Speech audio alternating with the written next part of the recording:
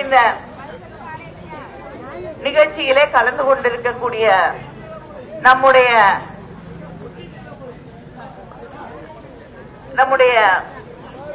India கூட்டணியை சார்ந்த பல்வேறு இயக்கங்களின் நிர்வாகிகளே, இங்கே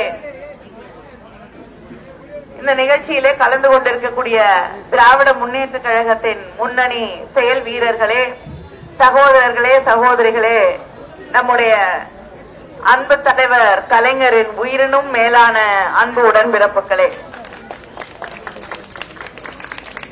உங்கள் அத்தனை பேருக்கும் என்னுடைய வணக்கத்தை, நன்றியை தெரிவித்துக் கொள்கிறேன். இந்த தேர்தலிலே நாம் ஒன்றை நினைவிலே வைத்துக் கொள்ள வேண்டும். பெருந்தலைவர் காமராஜர் அவர்களுடைய சிலையின் முன்னால் நின்று கொண்டிருக்கிறோம். அவருடைய கனவு என்ன? நம்ம வீட்டு பிள்ளைங்க எல்லாம் பள்ளிக்கூடத்துக்கு போய் படிக்கணும் இல்லையா? அதனாலதான் மதிய உணவு திட்டத்தையே அவர் கொண்டு வந்தார். இன்னைக்கு நம்முடைய முதலமைச்சர், அதுக்கப்புறம் தலைவர் கலைஞர் அவர்கள் அந்த மதிய உணவை சத்துணவு திட்டமாக மாற்றினார். இன்னைக்கு நம்ம முதலமைச்சர் அண்ணன் தளபதி அவர்கள் காலை உணவு திட்டத்தையும் கொண்டு வந்து ஸ்கூலுக்கு போற பிள்ளைங்க காலையில பசியோடு பட்டினியோடு இருக்கக்கூடாது என்பதற்காக காலை உணவு திட்டத்தை கொண்டு வந்து இன்று நாடு போற்றக்கூடிய விதத்திலே அதை செயல்படுத்திக் கொண்டிருக்கிறார். தமிழ்நாட்டை பொறுத்தவரை அதிகமாக மாணவர்கள் இருக்காங்களோ இல்லையோ, அரசு பள்ளி நடத்தப்படும். ஒரு பள்ளி ஒரே ஒரு மாணவனுக்காக மலை பிரதேசத்தில் இருந்த பள்ளி நடத்திய வரலாறு தமிழகத்தின் வரலாறு. ஆனா இன்னைக்கு இருக்கக்கூடிய பிஜேபி புதிய கல்வி கொள்கை என்ற ஒன்றை கொண்டு வந்து அந்த கல்வி கொள்கையில என்ன சொல்றாங்க? நிறைய பிள்ளைங்க ஒரு ஸ்கூல்ல படிக்கலன்னா, கவர்மெண்ட் ஸ்கூல்ல படிக்கலன்னா அந்த ஸ்கூலை மூடிடணுமா, எல்லா பிள்ளைங்களும் ஒரே இடத்துக்கு கொண்டு வரணுமா? அப்ப மலையில இருக்க ஸ்கூல்ல இருக்கக்கூடிய பிள்ளை எப்படி வந்து கீழே வந்து ஒவ்வொரு நாளும் படிச்சுட்டு போகுமா? இல்லனா 10 கிலோமீட்டர் தாண்டி ஒரு ஸ்கூல்ல வச்சா சின்ன பிள்ளைங்க வந்து படிச்சுட்டு போகுமா? பிள்ளைங்க வந்து படிக்கிறத பத்தி கவலை இல்ல. அதே போல கல்லூரி தலைவர் கலைஞர் அவர்கள் ஒவ்வொரு சின்ன சின்ன கிராம ஊர்லயும் கல்லூரி கட்டினாங்க, காலேஜ் கட்டினாங்க. ஏன்? கிராமத்துல இருந்து ஒரு பிள்ளை வந்து நகரத்துக்கு வந்து படிக்கணும்னா சொந்தக்காரங்க இல்லன்னா ஹாஸ்டல்ல தங்கி படிக்கணும். செலவு, சில பேருக்கு வசதி, நிறைய குடும்பங்களுக்கு வசதி இருக்காது, அந்த பிள்ளைங்க வந்து படிக்க முடியாது. பெண் பிள்ளைகள் படிக்கணும்னா அவ்வளவு தூரம் அனுப்ப மாட்டாங்க இல்லையா? அதனால கல்லூரிக்கு போய் படிக்கக்கூடிய வாய்ப்பே இல்லாமல் போய்விடும். அப்படிங்கறதுக்காக கல்லூரிகளை சின்ன சின்ன ஊர்களையும் கட்டி அந்த கல்லூரிகள்ல இன்னைக்கு நம்ம மாணவர்கள் படிக்கக்கூடிய வாய்ப்பை ஏற்படுத்தி இந்தியாவிலேயே அதிகமாக கல்லூரிகளிலே படித்தவர்கள், பட்டம் பெற்ற பெண்கள் ஆண்கள் இருக்கக்கூடிய மாநிலம் தமிழ்நாடு என்று சொல்லக்கூடிய அளவிலே நாம் உருவாக்கி வைத்திருக்கிறோம். அதே போல மருத்துவ கல்லூரிகள், ஒவ்வொரு மாவட்டத்திலையும் அரசு மருத்துவ கல்லூரி, கிராமப்புறங்கள்ல இருக்கக்கூடிய மாணவர்கள், வாய்ப்பு வசதி இல்லாத குடும்பங்கள்ல இருக்கக்கூடிய மாணவர்கள், ஒடுக்கப்பட்ட சமூகங்களை சார்ந்த மாணவர்கள் படிப்பதற்காக உருவாக்கி தந்தார்கள். இன்னைக்கு மோடியோடைய ஆட்சியில நீட்டை கொண்டு வந்து நம்ம பிள்ளைங்க மெடிக்கல் காலேஜுக்கு போக முடியாம ஒரு நிலைமைய உருவாக்கி வச்சிருக்காங்க. அதை தாண்டி இப்ப புதிய கல்விக் கொள்கையை கொண்டு வருவோங்கிறாங்க. கொண்டு வந்தா எல்லா கல்லூரியிலையும் நுழைவுத் தேர்வு, பிகாம் படிச்சாலும் சரி, பிஎஸ்சி படிச்சாலும் சரி, பிஏ படிச்சாலும் என்ட்ரன்ஸ் எக்ஸாம் இருக்கும்.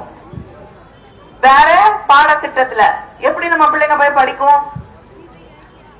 நம்ம கல்லூரிக்கு போக கூடாது, நம்ம நல்ல வேலை பார்க்க கூடாது. இதுதான் அவர்களுடைய ஆசையா இருக்கு, அவங்களுடைய கனவா இருக்கு.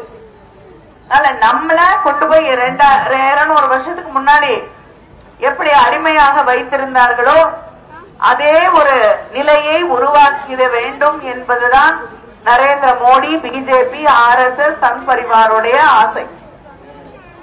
இந்த நிலையை சமூக நீதிக்கு எதிரானவர்கள், இந்த நாட்டின் ஜனநாயகத்திற்கு எதிரானவர்கள்.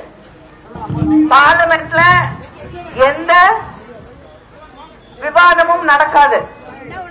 எழுத்து கேள்வி கேட்டா எல்லா பார்லிமெண்ட்ல இருக்கக்கூடிய எல்லாரையும் சஸ்பெண்ட் பண்ணுவாங்க. ராகுல் காந்தி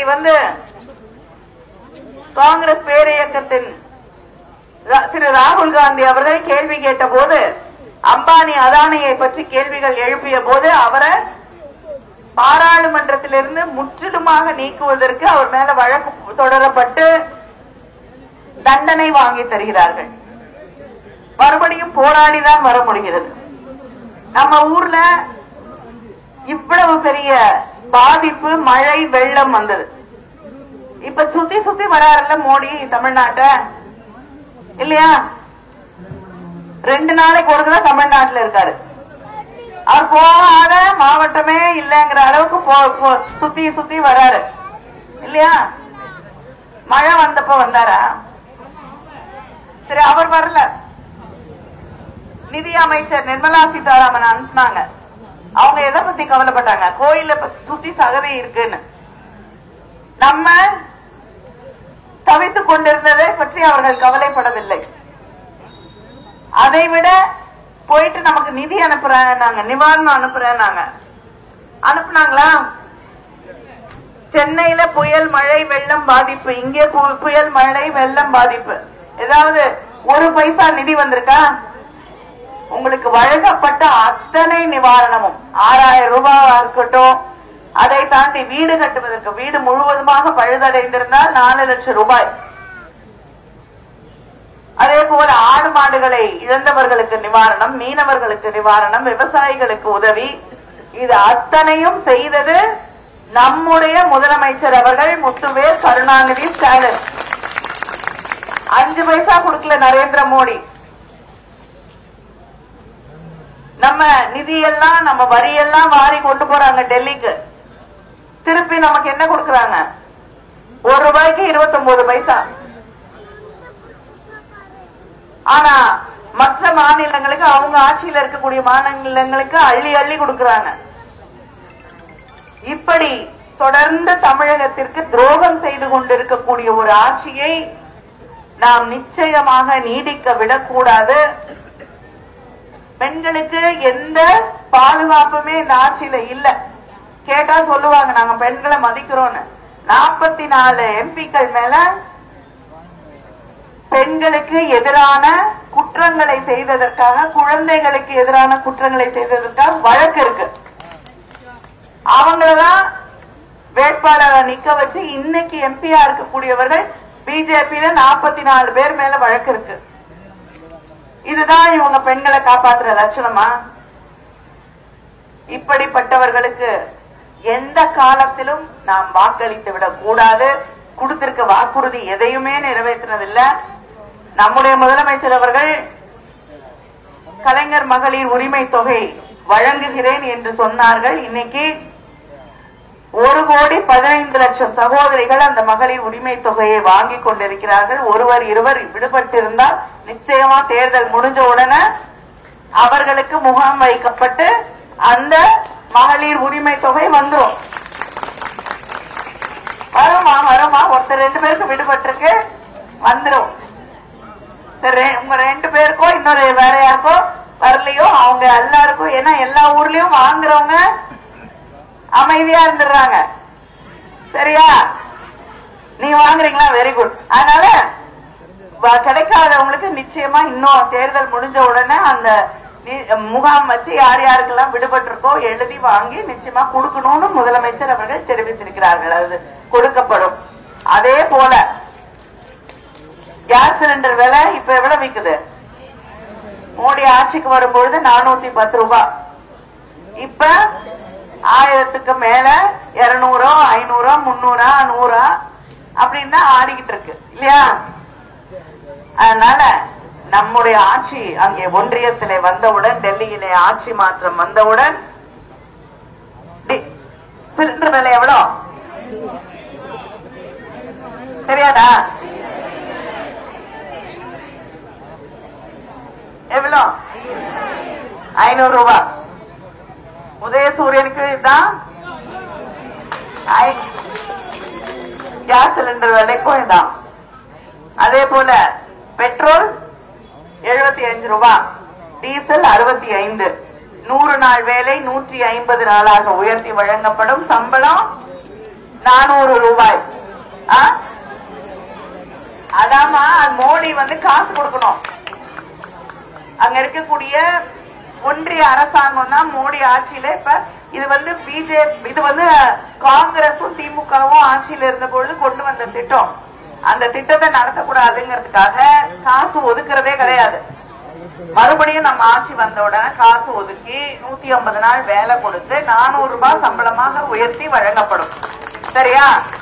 இப்ப உங்களுக்கு மட்டும் இல்லம்மா, நாடு முழுவதும் இருக்கக்கூடிய கிராமங்கள்ல இருக்கக்கூடிய 100 நாள் வேலை யாருக்குமே கிடைக்கிறது இல்ல. 20 நாள் வேலை கிடைச்சாலே பெரிய விஷயம். சரியா? எல்லாருக்கும் கொடுப்போம்.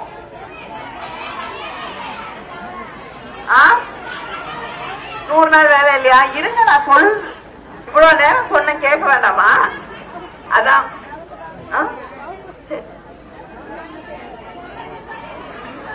இல்லமா, வரும் தேர்தலுக்கு அப்புறம் யார் யாருக்கு நீங்க ரொம்ப நாளா சொல்லிட்டு இருக்கீங்க, நிச்சயமா செய்து தருவதற்கு வகை செய்வோம் என்பதை நான் தெரிவித்துக் கொள்கிறேன்.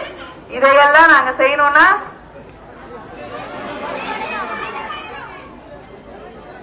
என்ன பண்ணணும்? உதயசூரியனுக்கு வாக்களிக்க வேண்டும். என்னுடைய இரண்டாவது தாய் வீடாக இருக்கக்கூடிய தூத்துக்குடியிலே மறுபடியும் உங்களோடு பணியாற்றக்கூடிய வாய்ப்பை எனக்கு உருவாக்கி தர வேண்டும் என்று